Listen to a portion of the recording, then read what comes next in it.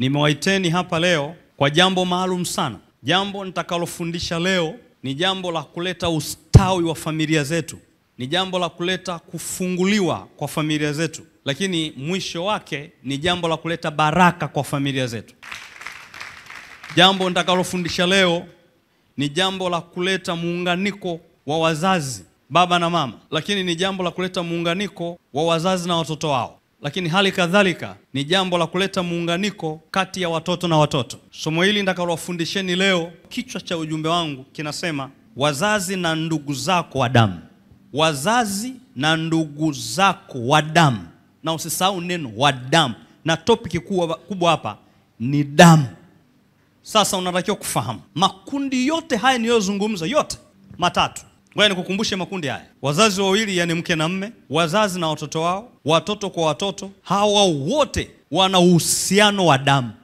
Kwa taarifa yako, mwanamke na mwanaume wanapoungana, tayari pale kuna uhusiano wa damu kisayansi. Tayari kuna uhusiano wa damu. Kivipi? Tutapata mafafanuo zaidi kujua if mwanaume na mwanamke wana meet, uhusiano wa damu uko wapi? Tutapata mafafanuo baadaye. Lakini vile vile mtoto au watoto na wazazi kuna uhusiano wa damu. Sijasema ufanano wa damu. No, uhusiano. Alafu watoto kwa watoto kuna uhusiano wa damu. Na mnisikilize. Hata kama watoto wana wazazi tofauti. Kwa mfano, mtoto A amezaliwa na huyu baba na mama. Lakini mtoto B akachangia mzazi mmoja tu pale. Hawa watoto pia wana damu yenye uhusiano. Okay, what I mean? Kwa mfano, kuna mama na mama wa kambo, kama ambavyo tunaita. Wale watoto wa mama wa kambo wana uhusiano wa damu na hao watoto wa bibi mkubwa. Wana uhusiano wa damu kwa sababu wamechangia mzazi mmoja wapo. Hata kama wamechangia mama tu, hata kama wamechangia baba tu, kuna uhusiano wa damu. Kwa nataka niweke msingi huo ujue, na ndio maana hawa watu ni muhimu sana katika somo la leo ambalo utajua kitu gani ninakilenga baadaye. Sasa nataka nikupe andiko la kibiblia, alafu baadaye nitaruhusu maelekezo au mafundisho au ufafanuzi wa kisayansi ili tumechi vitu pamoja. Ukienda kitabu cha Ibrania sura ya 2 na mstari wa 14, basi kwa kuwa watoto wameshiriki damu na mwili. Watoto wana uwezo kushiriki vitu viwili, damu na mwili, vyote pamoja au kimoja. Na kama ni kimoja ni damu. Neno mwili ndio maana unaona huyu anafanana na huyu, pua la huyu kama huyu, kisogo cha huyu kama huyu, komwe la huyu kama komwe la huyu, ufupi wa huyu kama huyu. Lakini Biblia inaweka wazi, inawezekana wasiwe na ufanano wa nini? Kwa sababu kuna vitu viwili, ila hata kama hauwaoni kuna ufanano wa mwili, kutakuwa na ufanano wa damu au uhusiano wa damu. Na nitumie neno uhusiano kwa sababu Biblia inatumia neno kushiriki. Maana watoto wana partake. Hii ni Biblia. Sasa tutaona sayansi baadaye. Watoto wana partake the same blood. Ulisha tena? Basi kwa kuwa watoto wameshiriki, maana yake wameshare. Kwa kuwa watoto wameshiriki damu na mwili. Statement A hiyo tu inaonyesha kwamba watoto wanashiriki nini? Damu na mwili. Neno mwili maana yake appearance yako. Mtu anavyoonekana, misuli yake, mifupa yake, kichwa chake, mikono yake, huo ndo mwili. Mnaweza mkashiriki. Ukimwangalia huyu na kaka yake, unasema kuna vitu wameshiriki. Huyu na dada yake wanashiriki. Lakini hata hivyo visipokuwepo, still blood, damu wameshiriki. Sasa ninamshukuru Mungu, sisi kwenye familia yetu tumebarikiwa, tuna daktari. Mimi Mungu amenipa kuhubiri Injili, yeye amempa udaktari. Kwa hiyo naomba nisimuingilie kwenye kazi yake, kwa sababu atakayeeleza mimi siwezi kuyaeleza kwa kiwango hicho. Kwa hiyo yeye atatueleza kidaktari. Naomba msogezee ubao hapa. Atatuelezea kidaktari kwa kina ushiriki wa magrupu matatu ukoje. Lakini mwisho kabisa atakonkludi ya kwamba magrupu yote ya matatu yanashiriki blood moja. Baada ya kujua, ukishamuelewa kwamba magrupu yote matatu kisayansi na kidaktari, wangapi wananisikiliza? Kisayansi na kidaktari, magrupu yote matatu nayokutajia, ukishajua yote yanashiriki damu, ndio mimi nitarudi sasa kibiblia. Hiyo damu ni nini kinafuata? Hiyo damu inafanyaje maisha yako mabaya? Hiyo damu inafanyaje maisha yako unafanikiwa? Na kama una shida tufanyeje? Na mwisho wa ibada nitamwombea kila mtu aliyekuja hapa leo. Yes. Kila aliyekuja hapa leo. katika staili ya maombi ambayo sijawahi kuwafanyia.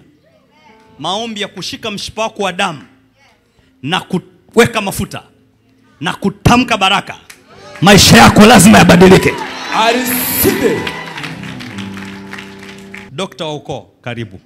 Okay, so kama alivyosema, mimi nitaeleza tu kisayansi kwamba uhusiano uliopo kati ya baba, mama na mtoto au watoto.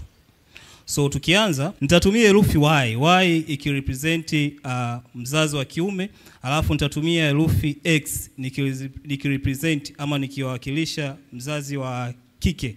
Alafu then nitatumia herufi F. Asa herufi F maana yake huyu sasa ndio mtoto. Sasa tunafahamu kama tunavyofahamu kwamba pindi ambapo mtoto anakuwa yani yai la baba linarutubisha mbegu ya baba inarutubisha yai la mwanamke, pale kila mtu anakuwa anachangia kitu ambacho kinaitwa chromosome. Okay, so huyu baba anatoa chromosome 23 na mama anatoa 23. So ukizijumlisha hapa maana yake zina make pair of 46, yani 46 chromosome kwa nani? Kwa mtoto. Sasa hapo ndo tunaenda sasa, hizi chromosome ni kitu gani? Sawa. So hizi chromosome maana yake tunaenda tena kwenye kitu ambacho kinaitwa DNA. Nadhani wote mnafahamu hiyo. DNA ni kifupi cha maneno matatu, yani deoxyribonucleic acid. Hii DNA ni molecule ambayo kazi yake yenyewe ni kucarry ama kubeba all genetic information. Si tunaelewana? So kwa ajili ya ukuaji wa mtoto. Sawa? So DNA inakuwa katika shape hii hapa. Inakuwa kwenye hii shape. Hizi ni straight afu inakuwa double, zinakuwa coiled to each other. Zinakuwa kama zimejifunga. Hii ndio DNA. Sasa ndani ya hizo DNA ndio kuna hii kwenye N kuna hizo nucleotide. Hizi tachola hivi. Sawa. Hizi ndio zinabeba taarifa zote za muhimu ama hizo genetic information kwa baba lakini pia kwa mama. Sasa hizi DNA zinapokuwa into sequence, yani maana yake zinapokuwa sasa into series of sequence. Nikichora hapa mtaelewa, maana yake inakuwa hivi, inaenda zinaungana. Sawa. Hii ikiwa kwenye hii sequence, sasa hii sequence inaitwa gene. Tumeelewana? Hii sasa inaitwa gene. Ila hii gene haiwezi kutoka kwa baba kwenda kwa mtoto. Ama hii gene haiwezi kutoka kwa mama kwenda kwa nani? Kwa mtoto. Ili itoke kwa mama sasa iende kwa mtoto, inatakiwa iende kuwa stored kwenye kitu ambacho sasa ndio kinaitwa chromosome. Sawa? Chromosome inakuwa kwenye shape ya hivi. Hii ndio chromosome. Kwa hizi genes zinakuwa stored on specific locus or location kwenye chromosome. Sasa hii chromosome ndio inatoa access ya kusafirisha hizi genetic information ama hizi genetic material kutoka sasa kwa baba kwenda kwa mtoto na kwa mama kwenda kwa nani? Kwa mtoto. Sasa hizi ndio ziko 23, hizi chromosomes zinakuwa into pairs. Maana yake ziko 20 ngapi? 23 kwa baba, 23 kwa nani? Kwa mama. Kwa wanachangia pale mtoto anapata 46. Ndio mtoto anafanyaje? Anapatikana. Zikiwa 47 au zikipungua zikiwa 45 ndio unasikia mimba inatoka. Ama zikiwa 47 unasikia mtoto anapata zile anakuwa mtoto ana malformation. Either kwenye moyo kuna kitu tundu, mishipa hamna. Kwa hiyo kunakuwa kuna malformation pale. Ama zikipungua hiyo mimba inatoka. Tunaitaga ni spontaneous abortion. Sawa. So lazima ziwe 46, lazima ziwe 46. Sasa hizi ndio zinakuwa shared. Sasa hii ya kwanza mpaka 22 tunaita autosome. Alafu ile 23 hiyo pair 23 kwa kila mtu ndio inaita ni sex chromosome. Ndio ina determine sasa wewe sex yako ni wa kiume au wa kike. Tumeelewana? So zinapoenda sasa zimekuwa 46. Sasa mtoto anapokuwa formed, mtoto anakuwa sasa analisishwa nini? Ndio hapa sasa kuna hizi set of hereditary materials ambao mtoto anakuwa anafanyaje? Analisishwa kutoka kwa baba na kwa nani? Kwa mama. Sasa vitu gani mtoto analisi kutoka kwa pande zote? Mtoto analisi vitu ambavyo vinaitwa genotype, yani yale ya ndani, kwa mfano blood group, kwa mfano IQ. Yani ule mtoto wa IQ, intelligence quotient kwa Kiswahili sio tukasemaje, lakini ile akili mtoto analisi hiyo akili ambayo yani umelisi, lazima umelisi kutoka kwa baba au kwa nani? Au kwa mama. Lakini pia mtoto analisi mpaka na magonjwa. Kuna watoto wengine tuoga tunaona wana hizi zinaitwa wana visukari, wanazaliwa na visukari, si ndio? So analisi kutoka kwa nani? Kwa aidha mzazi mmoja. Hizo zinaitwa genotype. Lakini pia mtoto analisi phenotype, yani ule muonekano wa nje. Ukiangalia pua yako ni kama sio baba ni ya mama, si ndio? Hilo sikio, mwili, urefu na ufupi. Hizo umelisi kutoka kwa baba au kwa nani? So lakini sasa hivi vitu sasa during process of hapo fertilization na umbwaji wa hichi kiumbe ndio kuna kitu kinatokea sasa kinaitwa allele. Tunaona tuna DNA afu tuna gene afu tuna allele. Sasa allele nini? Allele tunasema is a variant form of a gene. Yaani gene kwa sababu inakuwa inaitwa allele. Sasa kuna DNA, si ndio? Imeenda kwenye gene, kwenye chromosome. Afu kwenye chromosome hapa nitachola. Hii ndio cell. Cell inakuwa na nucleus. Alafu inakuwa na hapa kwenye nucleus ndio inatoka nini? Ndio hii chromosome inaenda kuwa stored kwenye nucleus. Sasa kwenye ile mbegu ya baba inaenda chromosome. Tumeelewana? Na kwenye yai la mama inapatikana hizi nini? Chromosome. Sasa during process of formation of a fetus, sasa ndio kuna kitu kinaitwa allele. Allele yenyewe ni variant form of a gene. Yaani hii gene ambayo inakuwa expressed into unique form. Kwa mfano, hii gene inakuwa hizi alleles zinakuwa zinalisishwa sasa. Kwa mfano, unapokuwa mtoto anatengenezwa, mtoto lazima awe na ngozi, si ndio? Sasa let's say mzazi wa kiume ni dark skin, si ndio?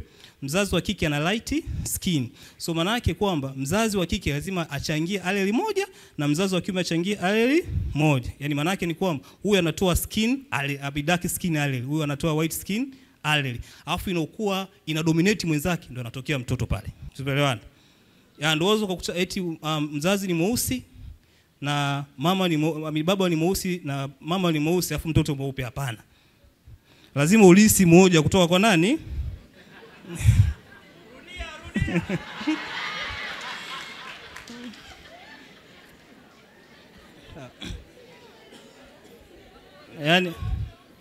Yani kwa mfano mzazi wa kiume ni mweusi, si ndio? Alafu mzazi wa kike ni mweupe, si ndio? Ni mweusi pia. Alafu mtoto anazaliwa mweupe. Haiwezi kutokea. So lazima kuna mmoja alithi. Either inaweza katokea lakini kwa namna gani? Labda kama huko nyuma, kwa sababu kuna zile genes ambazo zinakuwa recessive. Yaani kuna genes ambazo zinakuwa huwa zionekani mpaka kizazi cha pili, cha tatu au cha 4. Lakini kwenye ukoo wenu wote hamna mtu mweusi na kwa ukoo wao wote hakuna mtu hamna mtu mweupe. Alafu anazaliwa mtoto mweupe. Hapo kuna walakini, si ndio? So hii allele ndio ina determine sasa ile uniqueness ya huyo mtoto. Kwa hiyo hata kwenye nywele anatoa, kwa mfano wazungu wanasema kuna nywele mwingine anakuwa na nywele let's say za kishombi, si ndio? Huyu anakuwa na hizi ambao ni ngumu, hizi singa. Alafu itakayo dominate ndio inafanyaje kwa mtoto. Kwenye height the same. Huyu mama kama ni mfupi, baba pia ni mrefu. Huyu anatoa allele ya nini?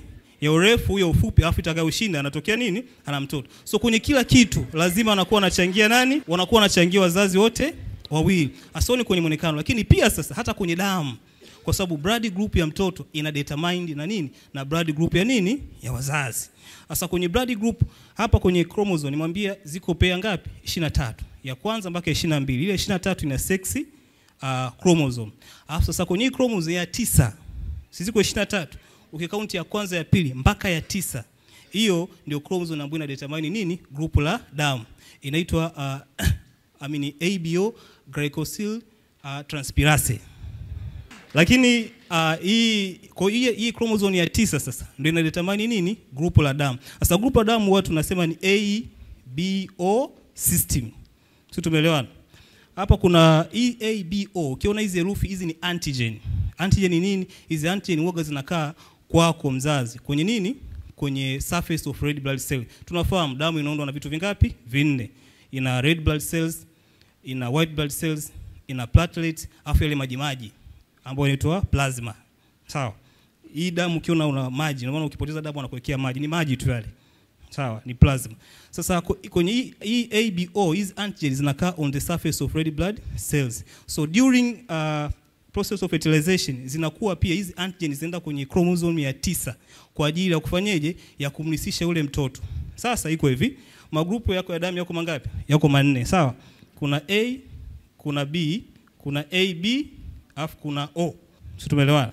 Hayo ndio magrupu ya damu. So let's say mama ni grupu A. Sawa? Baba ni grupu B. So kinachotokea the same kama ilikuwa kwenye ngozi, kwenye nywele, kwenye kila kitu. Yule anatoa allele moja, yule anatoa moja. Kwa hiyo baba atatoa A, mama atatoa B. Itakao dominate ndio inapatikana hapa mtoto. Inaitwa nini? Anaweza akawa ni A, anaweza akawa ni B, au anaweza akawa O. So for instance, ukikutana na, inawezekana wewe mzazi, wewe ni A, baba ni B, afu unashangaa mtoto amekuwa O, hujapigwa, si ndio? Kwa sababu O inakuwa formula kwa wote. Tumeelewana? Kwa mfano mzazi ni B na B. Sasa hapo ndio mfano mzazi ni B na baba ni B na mama ni B. Alafu mtoto hapo lazima awe either group B ama awe group O. Hawezi kuwa group A wala hawezi kuwa group AB. Tumeelewa? Akiwa A hapo umepigwa. Kwa sababu haiwezekani, yani lazima kama mzazi ni wote wanakuwa wana hizi antigen ambazo zinafanana ni BB. Mtoto lazima atatoka B au atatoka O. Hawezi kuwa A wala hawezi kuwa AB. Tumeelewana? So hizo zinakuwa hivyo. Alafu sasa mtoto kingine anacholisi kutoka kwa mzazi. Inawezekana kwenye A za mzazi, mshasikia mimi ni A positive au mimi ni A negative, si ndio? Sasa hizo negative na positive ni kitu gani? A na negative ni kitu ambacho kinaitwa ni rhesus factor au RH, inaitwa RH factor. Hii RH factor the same kama hizo antigen zingine, na inakuwa on the surface of nini? Kwenye red blood cell. Ukiwa na hii rhesus factor, hii ni protein, ukiwa nayo kwenye red blood cell yako unakuwa positive. Kwa hiyo utasikia wewe ni A positive. Maana yake wewe ni group A, lakini pia una nini? Una hiyo rhesus factor ambayo ipo kwenye red blood cells zako. Ukiwa hauna sasa hii protein, wewe unakuwa ni negative. Si tumeelewana? So for example, kwa during sasa formation ya fetus, hii protein huwa siku zote ina dominate. Yaani haiwezekani kama baba au mama alikuwa na positive, afu mtoto akatoka group ambayo ni negative, haiwezekani. Lazima ifanyeje? Iwe dominant pale. Lazima itaonekana pale. Sasa hii pia inakuwa ina madhara sometimes. Kivipi? Hii ni protein ambayo iko pale kwenye hii ndio cell, hii ni red blood cell, sawa? On the surface inakuwa hapa RH. So manake kwa mfano mama ni grupu ambalo la damu ni negative, alafu mtoto amelisi kutoka kwa baba hii protein, kwa atakuwa ni grupu ambalo nini? Ni positive. Tumeelewana? So ikienda mama during sasa, kwa sababu kwenye mimba ya kwanza huwa isumbui, lakini wanawake wanafahamu kwenye mimba kuanzia ya pili unafanyaje? Inasumbua. Kivipi? Kwa sababu tunafahamu mtoto akisha damu imekuwa formed hapo, imeenda amekuwa ni positive, lakini damu yake huwa haizunguki kukutana na damu ya mama akiwa nini? Akiwa tumboni. Unafahamu hilo? Haizunguki kwa namna yote. Either labda umepiga mtu tumbo pale, amepata trauma, ikamix pale, ikacross kwenye placenta, ama during labor watu wanapataga kitu inaitwa obstructive labor, ile uchungu wa muda mrefu, kuweza katokea anything pale ikacross kwenye placenta, akapata ikachanganyikana, lakini huwa haicross. Ila kwenye mimba ya pili sasa, kwa sababu ikicross madhara yake nini? Ikicross maana yake ni kwamba ule damu ikimix na ya mtoto ambao ni positive afu mama ni negative, maana yake ule mwili wa mama, mwili wake utarecognize kwamba kuna foreign substance imeingia ndani. Kwa hiyo ita release antibody. Antibody ni molecule ambazo zinakuwa release kwenye mwili kufanyaje? Kupambana na certain foreign object. Kwa hiyo itamwambia mwili wake kwamba kuna kitu kimeingia, kuna damu imeingia sio ya kwako. Kwa hiyo fanyaje? Tengeneza antibody kwa ajili ya kuifight. Ndio maana unashangaa watoto wanafanyaje? Wanakufa akiwa tumboni, wanapata kitu kinaitwa hemolytic anemia. So during pregnancy inakuwa haina madhara, ila kwenye mimba ya pili mama anakuwa anatengeneza antibodies nyingi. So wanakuwa na hii shot, wanapishwa sindano inaitwa rhesus immunoglobulin kwa ajili ya kuzuia antibodies. So tumeelewana. So ufanano wa mama na mtoto, mama na baba na mtoto unakuwa hapo. Na remind you, hizi unazoona chromosomes, genes, DNA, hizi vitu mama huwa ni copy. Yaani hatengenezi mpya. Ndio maana utashangaa wewe ulionayo na kaka yako na ndugu yako ni the same, kwa sababu huwa zinatoa copy. Hata mtoto anapokuwa huwa zinajicopy themselves mpaka mtoto afikie ametengenezeka sasa mwili na kila kitu. Sio, tumeelewana? Jamani, hiyo ndio point tunatakiwa mshike. Kwamba ufanano wako na mdogo wako unatoka wapi? Sio sura tu. Kwamba hizo chromosomes zinazotoka kwa baba 23 na kwa mama 23 hazitengenezi mpya kwa ajili ya mtoto atakayefuata wa pili. Ni copy. Kwa wewe kaka wa kwanza anayefuata either we binti au kijana, ni copy iliyotoka kwa mama yako. Ni sawa na una original copy kama hii. Alafu unataka kuzalisha nakala zingine. Unatengeneza, haitasoma kitu tofauti na kile cha kwanza. Huo ndio ufanano wenu. Kwa mfano, mtoto ni wa mama huyu na wanachangia baba, lakini mama huyu akaamua kuzaa na mwanaume mwingine. bado hawa watoto watakuwa na kopi hilo, kwa sababu mama amekopi kitu alichowapa watoto hawa, kakikopi pia kwa mtoto yule mwingine. Ndio ufanano wenu. Kwa hiyo unasema yule mtoto wetu ni mtoto wa baba tu. No, mna kopi yake. Endelee. Okay, so kunakuwa hakuna mpya. So hata mtoto anapokuwa anakuwa anatengenezwa, maana yake anapewa, kwa sababu kumbuka tuna list allele 2 tu. Zile alleles 2 zinaanza kufanyaje? Kujiduplicate. Zinajikopi mpaka mtoto sasa anafikia anakuwa mtu mzima. Tumeelewana. So maana yake ni kwamba ndio maana ni rahisi ukipata tatizo, watu wa kwanza ambao mtu hawezi kujiuliza mara mbili nani kuongezea damu, atatafuta aidha baba yako, mama yako, au atatafuta ndugu yako, kwa sababu mnakuwa mnashare the same groups. Either kwenye wale kuna mmoja lazima mnafanyaje? Mnashare, maana yake wote originate kutoka kwa nini? Kwa wazazi wawili. Asante.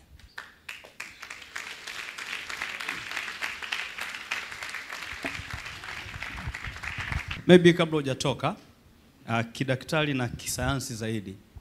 Sasa haya magrupu yote matatu, nakumbuka magrupu yetu matatu? Wazazi wawili, wazazi na watoto kwa watoto. Katika kuconclude sasa, ni vitu gani ambavyo wana share? Kwa mfano nimekusikia unaongea, wanaweza kushare sura, wanaweza kushare group la damu, vyote kwa pamoja kwa muhtasari. Nini wanavishare kwa muhtasari? Okay, kwa muhtasari sasa ndio kuna vile ambavyo ni genotype yale ya ndani, lakini kuna phenotype. Phenotype maana yake ni ufanano wa nje, yani ile physical appearance yako mnakuwa mna share. Alafu kingine ni genotype, sasa hizo za ndani ikiwepo nini? Group la damu, lakini pia ikiwepo hizo tunasema ni hereditary disease, lakini pia IQ. Hivyo ni vitu vya ndani ambao watu wanakuwa wanafanya, wanakuwa na share. Kwa hiyo ndio maana nilikuwa nasema hapa kwamba magonjwa haya, kuna magonjwa ya kulisi ambayo ni chronic illness. Hypertension inaweza kuwa ni kisukari, inaweza kuwa ni kifafa, inaweza kuwa ni sickle cell. Huwa havitoki nje, vinatoka vinarisishwa kutoka kwa aidha upande mmoja kwenda kwa nani? Kwa mtoto. Inaweza tukaruka generation moja, generation mbili, lakini lazima generation za nje zitafanyaje? Zitadominate tu, zitaonekana. Kwa hiyo vitu vya ndani ambavyo ni genotype na ile physical appearance ambayo ni phenotype, vyote vinarisishwa kutoka kwa baba na mama. Asante. Now, hapa ndio utajua umuhimu wa somo langu kata naendelea nalo kwamba mimi na wadogo zangu kuna kitu ambacho kiko kwa wazazi wetu lakini hakipo kwetu. Kuna ugonjwa huko kwa mama, kuna ugonjwa labda kwa baba, lakini kwa watoto, kwa hiyo mnadhani mko safe. No. Je, watoto wenu mtakaozaa? Kwa sababu kwa mjibu wa daktari ni kwamba inaweza ikafanyaje? Ikaskip. Lakini ikawa ndani ya nini? Ya system. I exist. Hapo ndo umuhimu wa somo langu nitakawafundisha kwamba leo nataka damu zenu zote zitengenezwe upya kiasi kwamba hata kama kuna kitu kimekuwa hidden hakitatokea kwenye kizazi chako. Kofi kwa daktari. Now, wangapi najua sio rahisi kuelewa kisayansi lakini utaelewa kibibilia. Wangapi lakini angalau wamepata idea? Umegundua wewe na kaka yako kuna vitu mnachangia? Umegundua wewe na dada yako kuna vitu mnachangia? Umegundua wewe na mama yako kuna vitu mnachangia? Umegundua na baba yako kuna vitu mnachangia? Umegundua wewe na mtoto wa mama yako kuna vitu mnachangia? Umegundua wewe na mtoto wa baba yako kuna vitu mnachangia? Sasa nisikilize. Now, turudishe kwenye andiko letu la Waebrania, now it make sense. Waebrania 2:14. Basi kwa kuwa watoto wameshiriki damu na mwili. Mwili ndio ile outer appearance. Baada ya kufahamu hiyo, sasa nataka uelewe kwamba kama ndugu yako au mzazi wako akipatwa na jambo, sasa hii ni kiroho nao. Ya sayansi yaweke pembeni. Now this is spiritual. Kama ndugu mnayotokana na wazazi wote au mzazi mmoja au wazazi wako wakawa wanapitia jambo baya, lile jambo sio lao, ni lako pia. Why? Kwa mfanano ule tulioona, kwa sababu you are connected, mmeunganika. Ndio maana hata katika mfumo wa umeme hapa kuna kitu ambacho kikiguswa hapa, kila eneo linakuwa affected. TV zitakuwa affected, sio kitu gani kitakuwa affected. Kuna kitu ambacho kinaweza kikao kinaunga kila kitu hapa.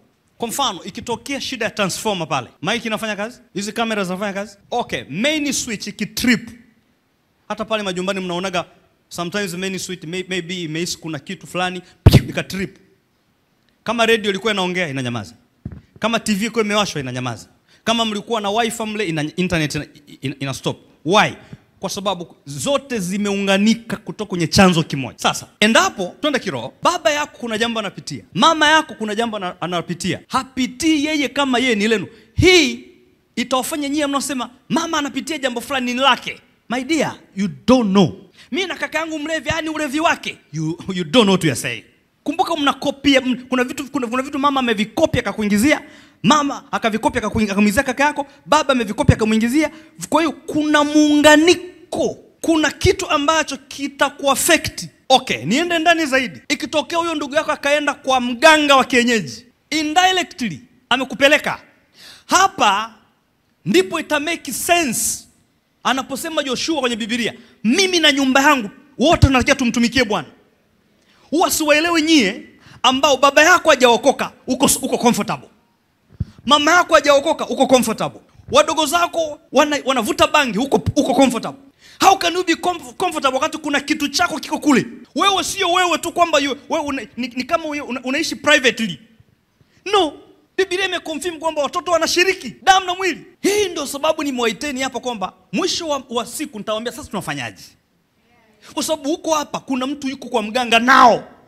Alafu ni mdogo wako. Ndio maana unajaribu sometimes unapiga progress kama wendi. Na shetani anajua siri hii. Ndio maana anaweza kuachia wote akakamata kamoja. Ndio maana utashangaa kwenye certain family. Am I speaking to somebody here? Utashangaa kwenye familia fulani kuna mmoja anashikwaga, yani mtajitahidi, mtampata mtaji, mtajaribu kumsaidia. Kuna kitu ambacho tena hataki kwa sababu hawezi kuachia wote, atakuwa anapitia wapi? Lazima ana mlango ambao anapitia kuwataki ninyi. Kwa watu wengi ndio maana nasema ni somo ambalo litakuwa jipya kwa watu wengi. Watu wengi wamekuwa attacked through someone bila wao kujua. Sasa nataka niende kwa kina, nikuelekeze mambo yanavyotokea kwanza. Je, ninachokisema kinawezekana? Nikudhibitishia afu mwishoni nitakupa suluhisho, sio na wasiwasi. Na tumwangalie Yusufu. Yusufu mnajua historia yake. I'll try to make it short. Yusufu kwenye Biblia, Yusufu yule ambaye alikuwa mtoto wa Yakobo, ndugu zake walimistreat, ndugu zake walimwisolate, walimbagua. They hated him, walimchukia. Maana anasema walipomchukia ilifika kiwango wakamtupa shimoni. Baadaye wakamtoa shimoni, wakamuuza utumwani. Yusufu akaanza kusafa. Ndugu zangu nataka niwaambie, wakati Yusufu anahangaika jela, do you know consequences iliyotokea? Kwa sababu ya ile damu yao walioifungia jela, wote huku pakawa na njaa. Nisikilize kwa makini, wewe uliyeko hapa, suko mjini Dar es Salaam, suko wapi, wengine huko London, mwingine huko sio nchi gani, huko Marekani, alafu unasema I'm enjoying here. Utena unasema na enjoy na mke wangu, nini mdogo wangu yule sasa kusikia anaendeleaje? So listen, mdogo wako akiwa eneo fulani la torture, something will happen to you. Unaweza kushangaa biashara zako zinaanza kwenda chini. Nataka kuanzia leo ili somo, fuatilia na omba hakisha ndugu zako hawatekwi. So wakamdoa Yusufu. Hebu tuangalie maandiko. Mwanzo 45. Kwanza mstari wa 3. Sasa hapa ni pale Yusufu ameshatoka jela. Akawaita ndugu zake. Sikiza alichowaambia. Yusufu akawaambia ndugu zake. Ndugu zake hao ni kaka zake. Unawakumbuka wale? Yusufu akawaambia kaka zake au ndugu zake, mimi ndimi Yusufu, washamsahau kwa sababu ni muda mrefu. Mimi ndimi Yusufu, baba yangu angali hai bado. Stop there. Yusufu kwa kuwa alikuwa nabii, anajua Yusufu sasa anataka aondoe ile laana. Lakini ile laana anataka kuondoa, anataka aiondoe aletwe na babake. Kwa nini nakuuliza mamake? Wote mnafahamu mamake alikuwa shafariki. Lakini anauliza baba yangu bado yuko hai? Maana kuna kitu ambacho nitakueleza baadaye. Alikuwa anataka akifanye ili kuondoa ile tatizo. Lakini ile tatizo hawezi kuliondoa hivi hivi. Na wewe unatakiwa ujiulize, baba yangu yupo? Mama yangu yupo? Mdogo wangu yupo? Kaka yangu yupo? Unapotaka ama sio unajiuliza ili usaidie sasa kusolve. Na utaendelea kuangalia. Angalia. Baba yangu yungali hai bado, wala ndugu zake hawakuweza kumjibu maana waliingiwa na hofu mbele yake. Unafahamu waliingiwa na hofu sababu wao ndio walimuuza. Yusufu akawaambia ndugu zake, karibuni kwangu. Basi wakakaribia. Akasema, mimi ni Yusufu ndugu yenu ambaye mliniuza kwenda Misri. Basi sasa msihuzunike wala msiudhike nafsi zenu kwa kuniuza huku, maana Mungu alinipeleka mbele yenu kuhifadhi maisha ya watu. Imagine anasema hivi, ninyi mlinitoa lakini Mungu ilibidi aingilie kati ili maisha ya watu including ya wenu yawe sawa. Mimi kama Mungu asingenitetea mimi, mngeangamia. Na ambacho kingeangamiza ni kwa sababu mimi nimetelekezwa. Yule anayetelekezwa asiyejaliwa, yule ambaye mnasema hata vikao mumuiti, anaweza akasababisha mkaangamiza maisha yenu. Lakini Mungu kwa kuwa alikuwa analipenda taifa la Israeli ili lisiwe eradicated, ili lisifutwe, ikabidi amuokoe Yusufu kwa sababu Mungu anajua kanuni. Anajua hii damu aliyoifanyia hivi, nikiacha iteketee wameisha wote. Tuendelee kusoma. Maana miaka hii miwili njaa imekuwa katika nchi, na iko tena miaka 5 isiyo na kulima wala kuvuna. Anataka kuambia it's because of me. Anasema mimi nyie mlinitupa, lakini nchi yote, imagine kwa ajili ya mtu mmoja, nchi yote ina njaa kwa sababu yangu. Mungu alinipeleka mbele yenu kuwahifadhia masazo katika nchi na kuokoa ninyi kwa wokovu mkuu. Yes, nani anatakiwa okoe? Aliyetupwa shimoni. Yupi? Aliyepelekwa jela. Basi si ninyi mlionipeleka, ila Mungu naye ameniweka kama baba kwa Farao na bwana katika nyumba yake yote na mtawala katika nchi yote ya Misri. Fanyeni haraka muendee baba yangu. So wakati natangaza ibada hii nikundo kwa kwambia leta baba yako, nilikuwa na maana yangu. Mlete mama yako, mlete mdogo wako. Yusufu alikuwa na mdogo wake anaitwa nani? Benjamin. Hawa walikuwa wachangia mama, walikuwa wanachangia baba tu. Huyu si mtoto wa mama mwingine. Akaanza kuagiza, akaanza na baba. Fanyeni haraka muende baba yangu, mkamwambie hivi ndivyo asemavyo mwanao Yusufu. Mungu ameniweka kuwa bwana katika Misri yote. Basi unishukie, usikawie. Baba yangu njoo. Nao utakaa katika nchi ya Goshen. Utakuwa karibu nami, wewe na wanao, na wana wa wanao, na wanyama wao, ng'ombe zao, na yote ulionayo, nami nitakulisha huko. Haya ni maagizo ambayo Mungu alimwambia. Maana bado imesalia miaka 5 ya njaa. Usije ukaingia katika uhitaji wewe na nyumba yako yote ulionayo. Neno nyumba yako, your family. Anasema kuna balaa linakuja, lakini hili balaa yule ambaye mnadhani afai ndio kulitoa. Na anasema bado miaka mingapi? Anawatabiria. Anasema bado miaka 5. Lakini mimi hapa ndio natakiwa niwaponye na hiyo njaa. Lakini sharti waje wote. Maana kuna kitu Mungu anataka kuponya kwenye familia yako, lakini lazima waguswe wote. Ndio maana anasema una heri wao uliowaleta wote na niwaweke mkono leo wote. Wanasema there is a problem, there is an attack that is coming. Na hii problem inakuja, nasema nawataka wote. Natazama macho yenu yanaona na macho ya ndugu yangu Benyamini mdogo wake yule. Jamani usichanganye. English ni Benjamin, Kiswahili ni Benyamin. Natazama macho yenu yanaona na macho ya ndugu yangu Benyamini ya kwamba ni kinywa changu mimi kinasema nanyi. Nanyi mtamwarifu baba yangu habari za fahari yangu yote katika Misri na za vyote mlivyoviona, mkafanya haraka kumleta huku baba yangu. Akaanguka shingoni mwa ndugu yake, yani mdogo wake Benyamin, akalia. Benyamini naye akalia shingoni mwake. Akawabusu ndugu zake wote, maana yake watoto wa baba sasa. Akalia nao. Baada ya hayo nduguze wakazungumza naye. Nataka nikuulize wewe kuja leo, nani amebaki kuokoka kwenu? And why are you comfortable? Yusufu alitakiwa aseme sasa hivi mimi ni mfalme, na ndivyo mnavyoishi maisha ya kijinga wengi hapa. Kwa sababu nimejenga Mbezi, tena naishi na mke wangu, tuna magari mengine inalia tata, mengine chui. Kwa hiyo yani unalizika hapo. Yusufu anajua jinsi ambavyo ndugu zake wataingia tabu. Hakuuliza kusema mimi niko kwenye utawala wa Farao. Akasema no, I need my father here. I need my young brother Benjamin here. And I need all my siblings to be here. Kwa sababu nataka niwaokoe na njaa. Unapoita ndugu zako wote kwa Yesu, pengine sio njaa, unataka waokoe na shetani. Unataka waokoe na magonjwa. Unataka waokoe na hatari.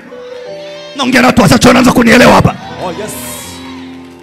Kwa unapoona wewe kuna ndugu umekaribishwa leo hapa, na umekuja shingo upande kwa sababu huyo dada yako kakungangania sana. Na kuna mwingine umekuja shingo upande kwa sababu kaka yako kakungangania sana. Mdogo wako kakungangania sana. Kuna watu wengine mmekuja na ndugu zenu hapa mpaka najua Melia ndio amekuja. Na hata mdau anaona anataka aondoke. Wewe unapendwa sana na ujui. Kama kuna mtu unatakiwa umpende sana ni huyo aliyekulazimisha kuja hapa. So Yusufu anaonyesha upendo, anasema no. Walete wote. Twende kusoma. Habari kasikika nyumbani mwa Farao kusema ndugu zake Yusufu wamekuja. Maana kata Farao alikuwa juu. Ikawa vema machoni pa Farao na machoni pa watumwa wake. Ona, familia inaweza kupata favor kwa rais. Lakini favor kwa mtu gani? Aliyetupwa. Endeleeni kumtupa yule ndugu yenu.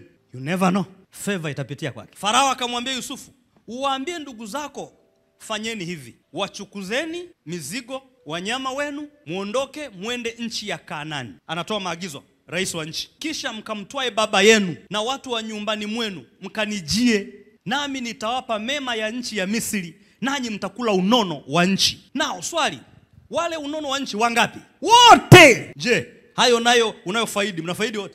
Tuendelee kusoma. Nao umeamriwa, fanyeni hivi, mjitwalie magari katika nchi ya Misri kwa watoto wenu wadogo na wake zenu, mkamchukue baba yenu mje. Tayari mnaona na wake. Kumbuka ile somo letu. Kumbuka daktari alivyokuwa anakieleza. Na wake wako pale. Wala msivisumbukie vyombo vyenu, maana mema ya nchi yote ya Misri ni yenu. Ndivyo walivyofanya wana wa Israeli. Yusufu akawapa magari kama Farao alivyoamuru, akawapa na chakula cha njiani. Hii ilikuwa ni second time. Akawapa kila mtu nguo za kubadili, lakini Benjamin yule mdogo wake sasa wanaochangia mama alimpa fedha 300 na mavazi 5 ya kubadili. Why? Hiyo sitaki kuizungumza. Na baba yake akampelekea kama hivi: punda 10 waliochukua mema ya Misri, na punda wake 10 waliochukua nafaka na mikate na chakula kwa babaye njiani. Hiyo ni package ya baba yake. Kila mtu hapa amfikirie mzazi wake kama yuko hai, mama yako na baba yako. Package gani unampa? Naomba msinielewe vibaya. Najua mnapenda sana wake zenu, wengine najua mnapenda sana waume zenu. Unapokuwa unakula raha, naomba wazo leo nakuja, what about my mother? Isipokuja, you are demonic. What about my father? If ile wazo haliji, you are demonic. Akaagana na ndugu zake, wakaenda zao, na akawaambia msigombane njiani. Yusufu anatufundisha kitu hapa. Yaani yeye ataki trouble. Sasa mpaka hapo sasa nataka kugusa vitu. Ninyi mnavogombana, unaongea na dadako. Yusufu anajua madhara. Mkianza kugombana, there is a problem itakayo affect. You can't be okay. You are not talking to your brother, you are not talking to your sister, you are not talking. How? Anasema avoid fight. Ndio maana tumeita watu waje hapa. We have to pray. Watu waelewane, watu waongee. Avoid kugombana. Na wewe unaendekeza kugombana na wenzako, unaharibu hiyo familia nzima. Anasema msigombane njiani. Tuendelee. Wakatoka Misri wakafika nchi ya Kanaani kwa Yakobo baba yao. Wakafika sasa, wakampasha habari wakisema Yusufu angali hai, ndiye mtawala katika nchi yote ya Misri. Moyo wake ukazimia, baba yake akawa shocked kwa sababu hakuwasadiki. Akapata kama kiwe, anasema mnaongea ukweli, mwanangu yuko hai. Kumbuka walimtupa shimoni kakiwa kijana kama miaka 10 na ngapi hivi. Sasa hivi ni mtu mzima above 30. Wakamwambia maneno yote ya Yusufu aliyowaambia. Na alipoona magari aliyoyapeleka Yusufu, manake aliyomwagizia Yusufu ili kumchukua, roho yake Yakobo baba yao ikafufuka. Ile neno kufuka unaliona ni dogo, manake moyo wa baba yake kipindi mwanao hayupo alikuwa kama sio mzima. Kuna watu ambao na wazazi wako is like wameshakufa kwa sababu ya issues zinazokutokea wewe. They may not talk, lakini tabia zako, ulevi wako, ukaaba wako, ujangili wako ni kama mzazi wako amekufa. Yuko hai ni kama amekufa. Ili afufuke ni mpaka atakaposikia habari zako njema. Wengine sio tabia mbaya, lakini maisha unayopitia, umasikini, unateseka, kesi ulizonazo, mzazi aseme lakini kama amekufa. So Yakobo aliishi maisha ni kama amekufa. Anasema for the first time aliposikia maisha mema ya mwanae akafufuka. Israeli akasema yatosha. Israeli ni Yakobo, hilo ni jina lake la pili. Israeli au Yakobo akasema yatosha, Yusufu mwanangu angali hai, basi nitakwenda nionane naye kabla sijafa. Nitaenda nionane kabla fanyaje? Sijafa. Tuiache story hapo. Na unataka kila mtu atafakari, Yusufu wa familia yenu ni nani? Unapomwaza Yusufu katika mantiki, ni yule aliyetelekezwa. Ametelekezwa, hanaga akili huyu. Ametelekezwa, ni mgonjwa. Ametelekezwa, hanaga hela. Who knows that is Joseph? Unachojifunza ni nini hapa? Mtoto mwenye damu nao alipoanza kusafa, hata wao hawakuwa sawa. Kuna watu ambao umeona kama anapitia maisha yake hivi, hata wao hawakupata shida mara moja. Wamemtupa akiwa kijana mdogo, waliendelea kula bata, waliendelea kukaa sawa, lakini muda ukafika. Hata wewe unaweza kuona uko sawa kwa yule ndugu yenu, yule mtoto, kwa yule ndugu yenu, lakini ile damu ikiendelea kupata tabu, huku automatic, kwa sababu mnachangia hivi vitu, mjue kwanza kushangaa mambo yako yaendi. Sasa huyo ni Yusufu. Nitakuja kuunganisha zote. Kitabu cha Samuel wa kwanza, tuangalie mtu mwingine ambaye anaitwa Daudi. Samuel wa kwanza 16:10 mpaka 12. Yese akawapitisha wanae 7 mbele ya Samueli. Stop there. Hakuwa na watoto 7, alikuwa na watoto 8. Matatizo yale hata kwenu. Hata mkiwa mnataja ndugu zako, naonaga wengine hata wakichumbiana, anataja blaza wake anafanya kazi TRA, baadaye anataja mwanajeshi, baadaye anataja yule engineer, akiamua kutaja maeneo, anataja yule anaishi Dar, anataja yule ambaye siku hizi yuko masomoni India. Kuna wengine hataji. Haijaanza leo na inaleta shida kwenye familia, ujue. So maandiko yanasema nabii akatembelea nyumba ya nani? Ya mzee Yese. Akasema Mungu amenituma hapa, naomba walete wanao. Yese akamletea watoto 7 tu. Na wakati ana 8 na nabii akuvamia, alipeleka ujumbe kwamba anakuja. Akasema haka kengine kaende kuchunga. Nimewahi kuona familia ambazo hata mwingine akija kuna mtoto anafichwa. Huyu mroho anakula sana. So kalikuwa na character fulani hawazipendi. Kako hivi kierere, na unakumbuka kuna kipindi hata kaka zake walimwambia ana kierere. Mnakumbuka? Waambia unajifanya una ushupavu wewe, walimuona kierere. Ndivyo kwa unamuona tangu akiwa mdogo aka kierere aka. Katatuharibia ugeni wa nabii. Katachafua hali ya hewa. Na utaendelea kusoma, Yese akawapishia wanae 7 mbele ya nabii Samuel. Nabii Samuel akamwambia Yese, Bwana hakuwachagua hawa. Hawa watu ambao Biblia inasema Bwana hakuwachagua, Biblia inatoa sifa zao. Walikuwa wana muonekano mzuri, walikuwa wanaishi vizuri, walikuwa wamejiestablish. Hata kwenu inawezekana kuna mtu amejiestablish, ana business zake, ana makampuni yake, lakini Biblia inasema Mungu anapotaka kutenda muujiza, huenda asiwatumie hao. Huenda Mungu hataki kutumia hao. So maandiko yanasema, ukirudi nyuma ukisoma story kwa watu hao wana sifa njema. Biblia inasema walikuwa wamewanda, wazuri, wana muonekano mzuri, jamii ilikuwa inawaheshimu, wana kila kitu. Pengine walikuwa na business zao, walikuwa na kila kitu. Huyu mwingine akaona hamna kitu. Mungu alipotaka kuibariki familia akasema no. Baraka haiji mpaka wote muwe pamoja. Mtakuwa na mambo yenu lakini sio baraka yangu mimi. Naangalia. Kisha Samuel akamwambia Yese, watoto wako wote wapo hapa? Naye akasema amesalia mdogo wao, na tazama anawachunga kondoo. Basi Samuel akamwambia Yese, tuma watu wamlete, kwa sababu nisikilize sasa. Kwa nini nimekuambia umlete ndugu yako? Nataka ujue kwa nini nimekuambia umlete huyo ndugu yako. Sababu hii hapa. Tuma watu wamlete huyo mdogo wenu, huyo mdogo wao, kwa sababu hatutaketi hata atakapokuja huku. Neno hatutaketi maana yake hapata kuwa na kuseto. Some of you never settle mpaka yule mdogo wako aje. Maandiko yanaeleza Daudi alipokuwa anachungia ng'ombe ni mbali. Alipokuwa anachunga mifugo ni mbali. Maybe Daudi, na tunajua wachungaji wanalitega mifugo saa ngapi? Jioni. Okay, let's say alikuwa pale, maana Biblia inasema alienda asubuhi na mapema. Maybe mpaka wanaongea ilikuwa saa 4 au saa 5. Maana Biblia inasema Samuel alienda pale asubuhi na mapema. Let's say alifika pale saa 2 au saa 3 hivi, tuseme mpaka wanaongea tufanye hadi tuseme hadi saa 6 basi. Labda wamempikia chakula sasa wanakula ndio wanaongea, alafu anagundua nabii kwamba kuna mtoto hayupo. Alafu anawaambia wote simameni, hatukai mpaka aje. Angalia maumivu. Huwa mnasoma Biblia mnapita tu. Biblia inasema hatutakiwi kukaa. Maana yake kuanzia sasa saa 6 ni hivi mpaka aje Daudi.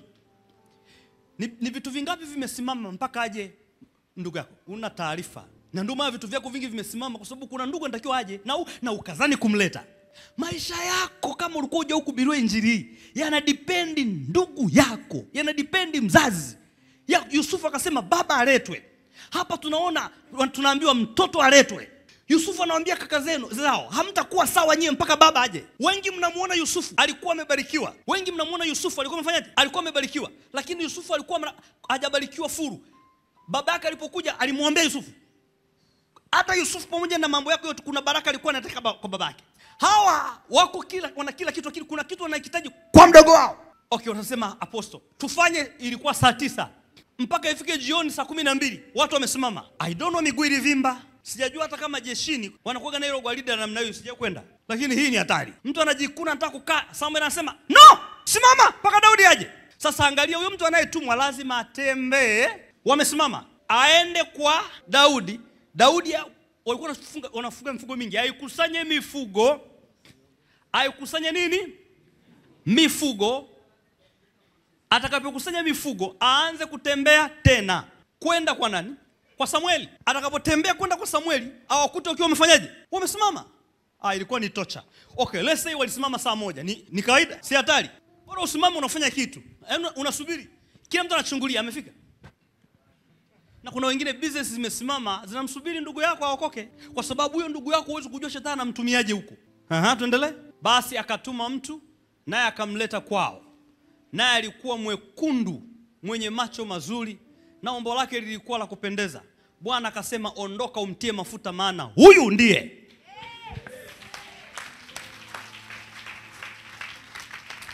Nataka kuwapongeza mliowaleta kaka zenu, mliowaleta wadogo zenu, mliowaleta wazazi. Kuna mafuta nitamtia mtu huyo leo. Na Bwana atasema kwa kuwa huyo ametiwa mafuta, basi kupitia yeye familia itaanza kubarikiwa. Nani ajuaye ni huyo? Hujanielewa. Nani anayejuae ni huyo? Pengine ni huyo aliyemleta. Yes. Yule aliyeketi upande huu. Yes. Yule aliyeketi upande huu. Yes. Yule aliyeketi upande ule. Yes. Yule aliyeketi nje kwenye tenti. Oh, yes. Pengine ni yule, pengine ni yule. Pengine ni yule, pengine ni yule. Oh, yes. Nyosha mkono, sema maneno, nasema Baba katika jina la Yesu. Baba katika jina la Yesu. Katika vitu vyangu vilivyosimama. Katika vitu vyangu vilivyosimama. Katika vitu vyangu visivyoenda.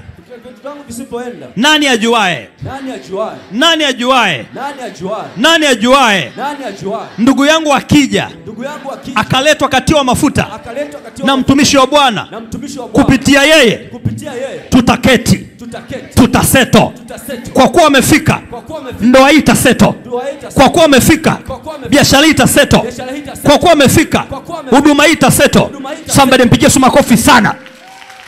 Wapi vigelegele na shangwe humu ndani? Mbona sisikii shangwe ya kutosha? Ukienda mbele utagundua umuhimu wa Samueli kuletwa. Samueli wa kwanza hiyo 17:25. Watu wa Israeli wakasema, "Je, mmemwona mtu huyu aliyepanda huko? Hakika ametoka ili awatukane Israeli." Now stop there. Huyu ni nani? Goliath anawatukana majeshi ya Israeli. Biblia inasema aliwatukana siku ngapi? Siku 40. Usiku na mchana anatoka, anawatukana. Anatoka, anawatukana. Anasema aliye na nguvu aniguse. Kuanzia mfarume, nyumba yote ya Daudi, hakuna kumgusa. Na angalia, watu wa Israeli, "Je, mmemwona mtu huyu aliyepanda huko? Hakika ametokea ili awatukane Israeli." Basi itakuwa mtu yule atakayemuua mfarume atamtajirisha kwa utajiri mwingi, naye atamuoza binti yake na kufanya mbali ya babake. Neno mbali maana yake familia au jamaa, na kufanya mbali ya baba yake kuwa huru katika Israeli. Stop there. Sijui kama umeona kitu. Tangazo linatoka ya kwamba kuna mtu anatukana majeshi ya Israeli ambaye anaitwa Goliath. Lakini akitokea mtu sasa akamuua Goliath, zawadi ni zifuatazo. Namba 1, atafanya tajiri. Namba 2, atapewa kuoa mtoto wa mfarume. Kwa kipindi kile ilikuwa ni jambo kubwa sana. Namba 3, familia ya baba yake haitatozwa kodi. Gesi akaja nani? Daudi, ambaye alikuwa anaonekana si kitu. Nataka uone jinsi baraka ya mtu ambaye Mungu amemchagua inaweza kuwasaidia ndugu wote. Now, akaja Daudi, mnajua story, akamuua Goliath. Akapewa mke, mnamjua, akapewa yule mke anaitwa Mikali, mtoto wa Sauli. Akaoa, akapewa utajiri wa nchi, lakini familia yake from that day, wakiwemo kaka zake wale waliomtukana, wakasamewa kodi.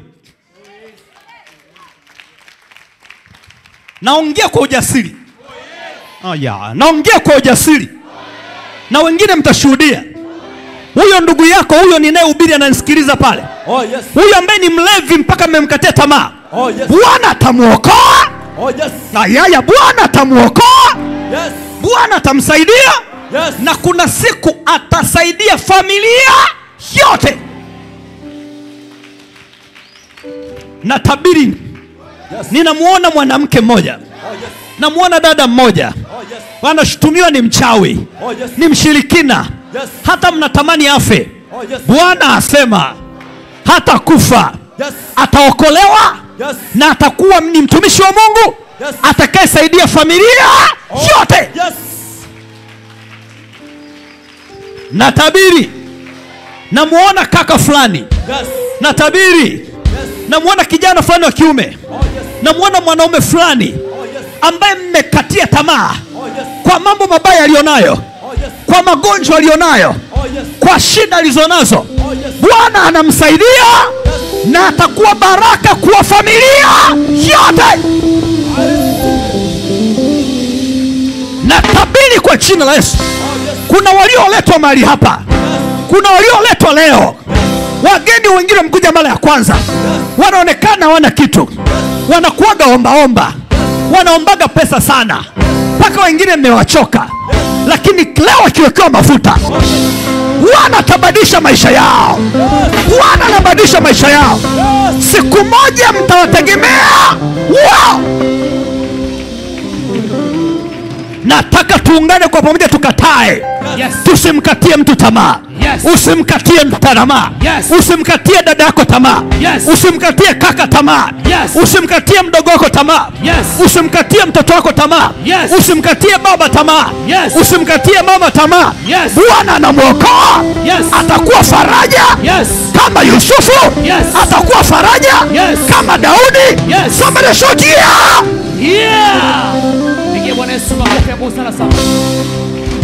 kati. So Yesu kusema kale ka Daudi, kale ka Yusufu. Yusufu atakuwa mtawala wa Misri. Yusufu anaiponya familia yake na njaa. Daudi anaiponya nchi nzima na Goliath. Familia yake inasamehewa kodi. Hey, come on.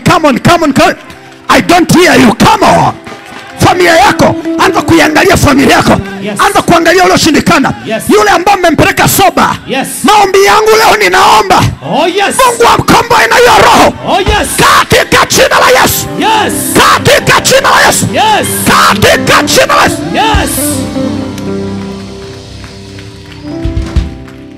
Hey, yule ndugu yako anayeumwa kila leo, ambaye mnategemea muda wote atakufa. Hata kufa na kataa katika jina la Yesu. Natangaza uponyaji. Natangaza uponyaji. Natangaza uponyaji. Natangaza uponyaji. In the name of Jesus.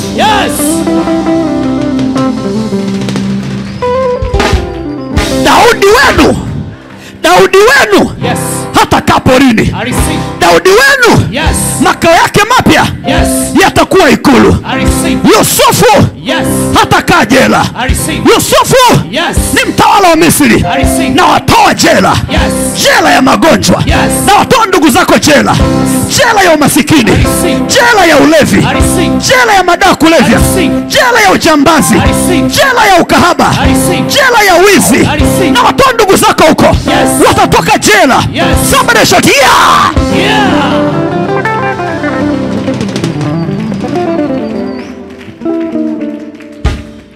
Kati, let me put in this way. Unaendelea na madeni. Kumbe kuna kandugu kako unakosema kandugu. Ndio Mungu anakanda, lakini ndio ujali. Umkaribishe kanisani. Hata juu unasali hapa. Ukimkaribisha kwa sababu unamkaribisha kwa kama ni mdogo kwa amri, lakini hasio kwa upendo. Hujai kufunga kuomba, lakini hujui kwamba madeni Mungu anamsubiri yeye. Daudi akitoka porini, sheria inabadilika. Daudi akitoka porini, sheria ya ushuru inafutwa. Yusufu akitoka jela, sheria ya uraia inabadilika. Wayahudi wanakuwa raia wa Misri.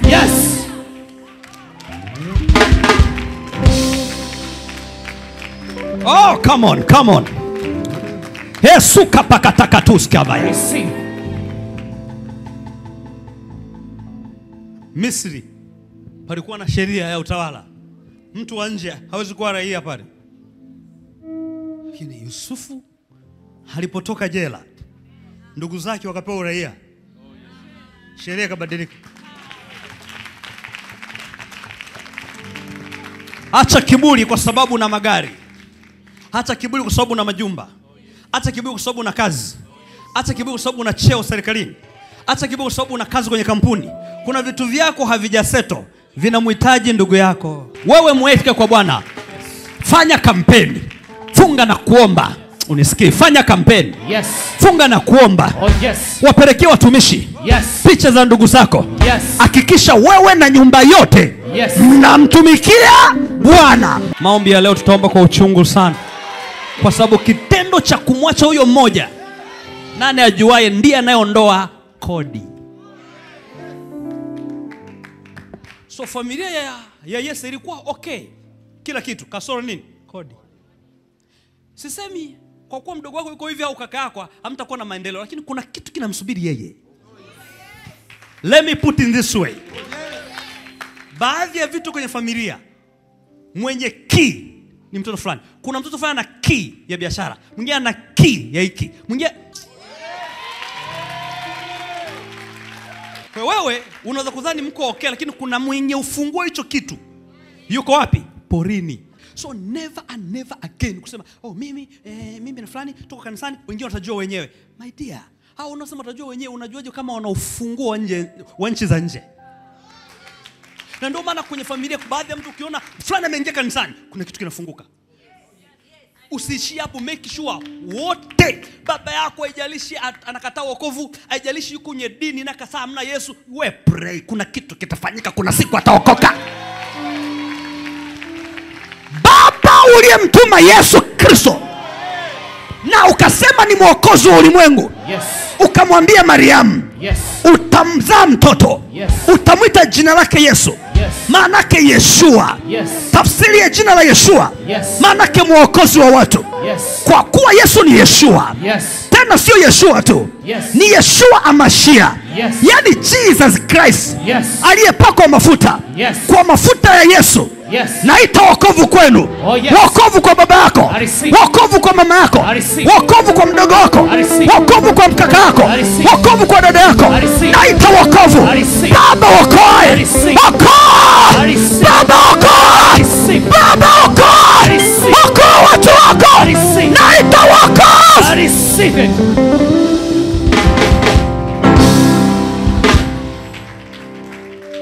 Yesu ni Yeshua Hamashia. Kama Yesu ni Yeshua Hamashia, yani Jesus Christ, yani kwa Kiswahili Yesu Kristo, manake mwokozi aliyepakwa mafuta. Neno Yesu manake ni Yeshua, neno Yeshua manake ni mwokozi. Ukiweka neno Hamashia au Hamashiak, manake mpakwa mafuta. Tukiunganisha pamoja, manake ni mwokozi aliyepakwa mafuta. Kama Yesu ana mafuta ya kuokoa, baba yako okoke, mama yako okoke, ndugu wako okoke, wana niangalia na wao okoke. Natangaza wokovu. Bwana atakujia, iwe ni kwa ndoto, iwe ni kwa mwinjilisti, iwe ni kwa nabii, iwe ni kwa mtume, iwe ni kwa mchungaji.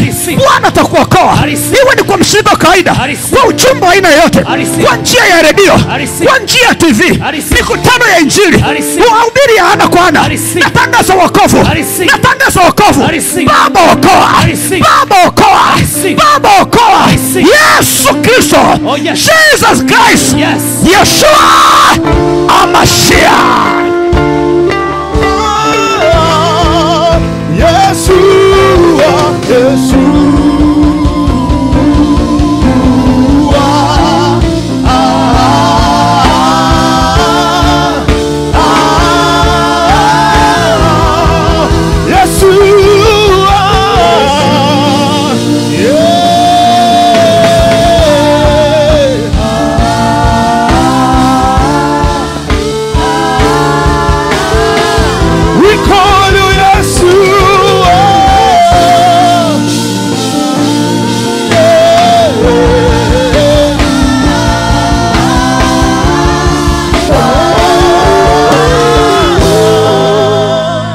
Come on, piga makofi. Karabashatakata, rabakatakata. Yesu anaokoa ndugu yako. Najua unadhani ameshindikana. Hajashindikana kwa Yesu. Hajashindikana kwa Yesu. Mimi nakuambia hajashindikana. Yesu aokoi tu, ana mafuta. Ndio maana Yesu Kristo ana mafuta. Yesu Masihi ana mafuta. Amuokoe ndugu yako. Na siku moja utashuhudia, kwa siku usioijua, baba yako ataamka, atakwambia nipeleke kanisani. Kuna siku usioijua, mama yako ataamka, atasema nataka wokovu, nipeleke kwa mchungaji wako. Siku usioijua, kaka yako atakwambia namtaka Yesu. Siku usioijua, dada yako atakwambia namtaka Yesu. Siku usioijua, ndugu wako atasema nahitaji kuokoka. Siku usioijua, mkubwa wako atasema namtaka Yesu. Hamashia.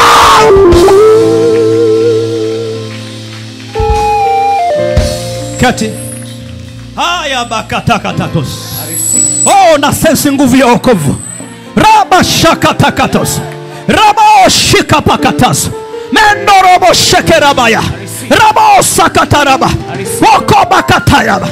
Imeandikwa atakapokuja Roho Mtakatifu atawashuhudia watu kwa habari ya haki. Kama wana haki watapewa haki. Lakini Roho Mtakatifu akija ataushuhudia ulimwengu kwa habari ya dhambi.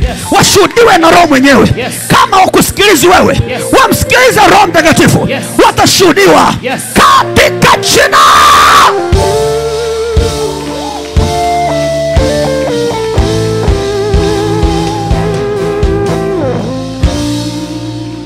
Nataka leo ubadilishe msimamo.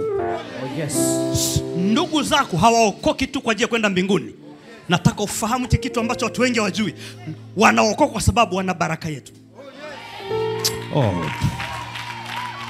Come on, hujaelewa. Daudi kutolewa maporini ni kama kutolewa duniani. Maporini. Daudi hakuletwa kwa sababu ya faida yake tu. Aliletwa ili nyumba isamewe nini? Kodi. So tusihubiri injili ambayo haina upana kwamba mtu aokoke aende mbinguni. No. Kuna watu wanatakiwa waokoke, kuna vitu vyako wanavyo. Oh, come on, kama umenielewa. Come on.